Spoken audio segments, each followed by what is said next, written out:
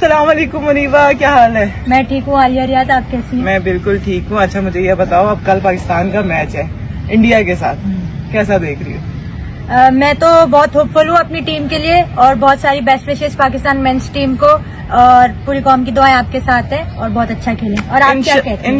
इंशाल्लाह पाकिस्तान बहुत अच्छा परफॉर्म करे और हम सब की दुआएं जो है वो पाकिस्तान टीम के साथ है। Do your best and Pakistan का नाम रोशन करें। कल पाकिस्तान इंडिया का मैच है और हमारी दुआएं और हमारी बेस्ट विशेस हमेशा से पाकिस्तान टीम के साथ होती है। उम्मीद करते हैं कि हमेशा की तरह कल भी बहुत अच्छा खेल दिखाएंगे और अपने मुल्क का नाम रोशन करेंगे। जितने भी लोगों की कह लें कि हमारी दिल की धड़कनें जो है वो हमारी टीम के साथ चल रही होती हैं, तो दुआएं भी हैं, उम्मीदें भी हैं और बस मेहनत करें।